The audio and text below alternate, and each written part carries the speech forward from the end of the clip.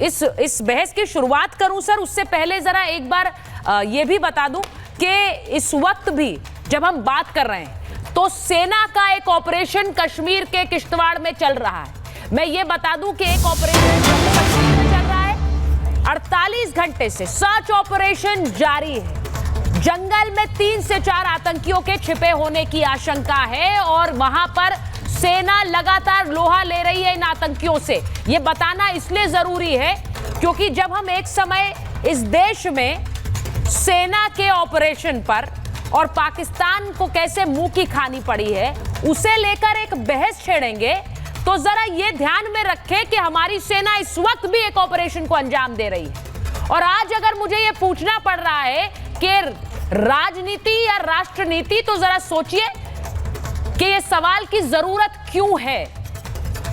उस सेना को सल्यूट करूंगी जो इस वक्त भी एक ऑपरेशन को अंजाम दे रही है वहां किश्तवाड़ में। मैं बहस की शुरुआत करना चाहती हूं जरा।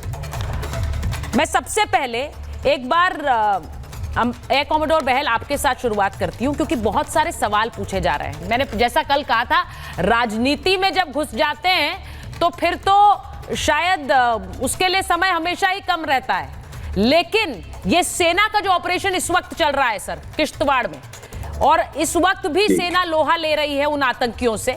मैं आपसे पूछूंगी सर, ये वो पराक्रम है जिसके बारे में हर रोज उसे लेकर बयान जारी नहीं होते हैं, लेकिन इट्स एन ऑनगोइंग प्रोसेस।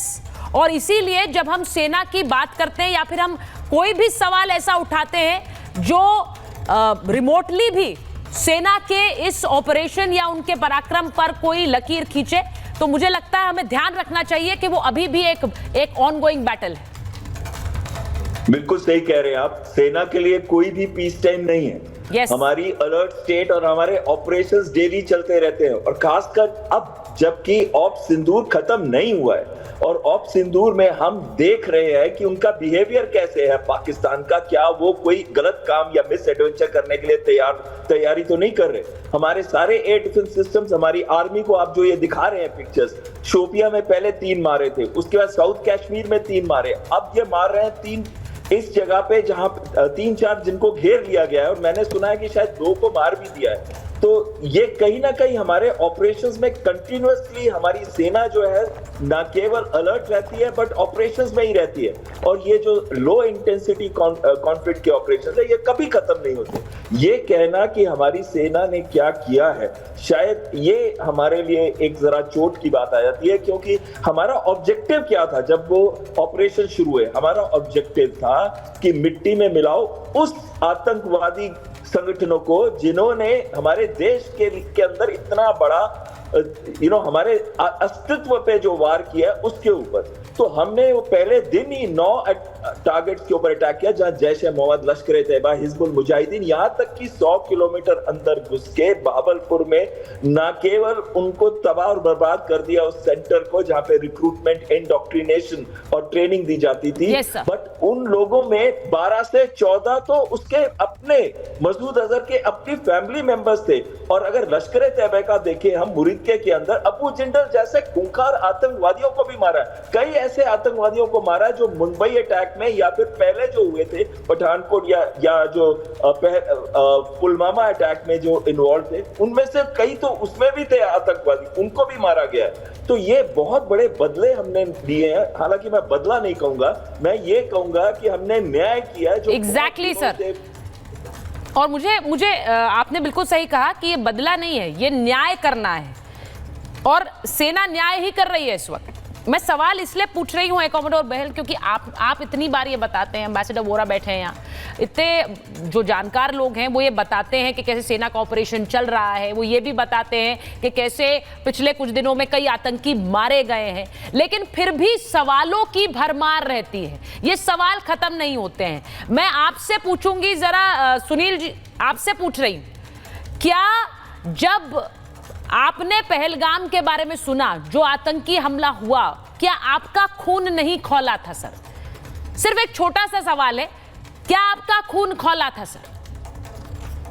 नहीं, बिल्कुल पूरे देश का खून खौला था। और इसीलिए जब सरकार ने ये तय किया कि हम अपनी सेना को खुली छूट दे रहे हैं, तो सेना के साथ, सरकार के साथ पूरा देश, पूरा विपक्ष, सारे लोग खड़े थे और सबको उम्मीद थी कि अब की सेना घुस करके मारेगी। उम्मीद थी, सेना ने घुस मारा।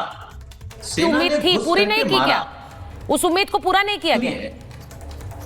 आपको सुन लीजिए। नहीं, आपने कहा उम्मीद थी तो पूरा नहीं किया। नहीं, खुलकर बताइए ना सर, नहीं किया तो नहीं किया, आप बताएंगे ना। सेना पर कोई सवाल नहीं है।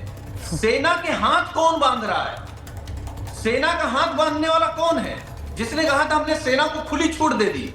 जैसे ही प्रधानमंत्री जी ने कहा कि हमने सेना को खुली छूट दे दी, हाँ। हमारी तीनों सेनाओं ने तैयारी करके पाकिस्तान में घुस करके मारा। हाँ। अब कोई कह रहा 22 मिनट में मारा, 90 घंटे में मारा, हम ये कह रहे हैं। मेरा जो सवाल है सुचरिता जी, सवाल यह है, अगर सरकार ने ट्रंप के सामने सरेंडर नहीं किया होता तो हमारी सेना ने पाकिस्तान का नक्शा खराब कर दिया। अब तक ये पाकिस्तान नहीं रहता। हमको आपको डेलीगेशन की जरूरत नहीं पड़ती। पूरी दुनिया जान जाती कि भारतीय सेना ने घुस करके पाकिस्तान का नक्शा बदल दिया है। हमारे सैनिकों ने आतंकवादियों को मारा है। हाँ। लेकिन कुछ आतंकवादी जिंदा हैं, कुछ आतंकवादी जो रो रहे थे, जिनका चेहरा तो आपको ये भरोसा है कि सेना उन्हें भी मार गिराएगी या नहीं है? आपको ये भरोसा है कि सेना उन्हें मार गिराएगी या नहीं है? मुझे भरोसा सेना पर तो है, लेकिन उन पर सेना पर तो है जो सुनिए नहीं, देखिए सर, नहीं, मैं सुनील जी देखिए, मैं हमेशा कहती हूं, आप एक सवाल उठाने के लिए आप एक विपक्षी दल हैं, आप सवाल उठाते हैं सरकार पर और वो होना भी चाहिए, विपक्ष का काम है ये। लेकिन क्या सवाल उठाने का कोई समय होता है या नहीं होता है? सुनील जी, आपसे मैंने शुरुआत में पूछा आपका खून खौला था कि नहीं खौला था, आपने कहा कि खून खौला। मुझे यह लगता है हर भारतीय का खून खौला।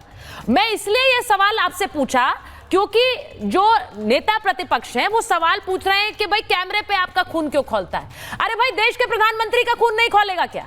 खौलेगा कि नहीं खौलेगा?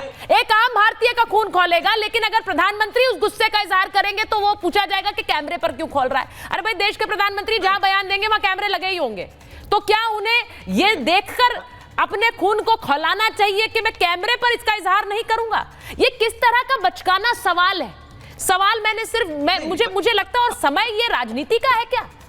ये गुस्सा तो मुझे लगता है हर भारतीय का था, इसीलिए आपसे पूछा कि आपका खून खौला कि नहीं। बचकाना सवाल नहीं है।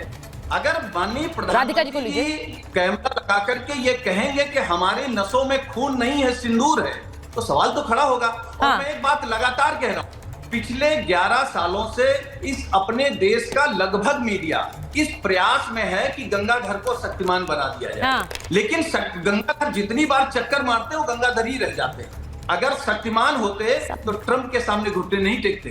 शक्तिमान होते तो पाकिस्तान की अब तक नक्शा बदल गया होता, हमारी देश की सेना ने नक्शा बदल दिया होता। देश की सेना को सैल्यूट सकती हूँ आपसे। सुनील जी, वरुण जी भी हैं यहाँ पर।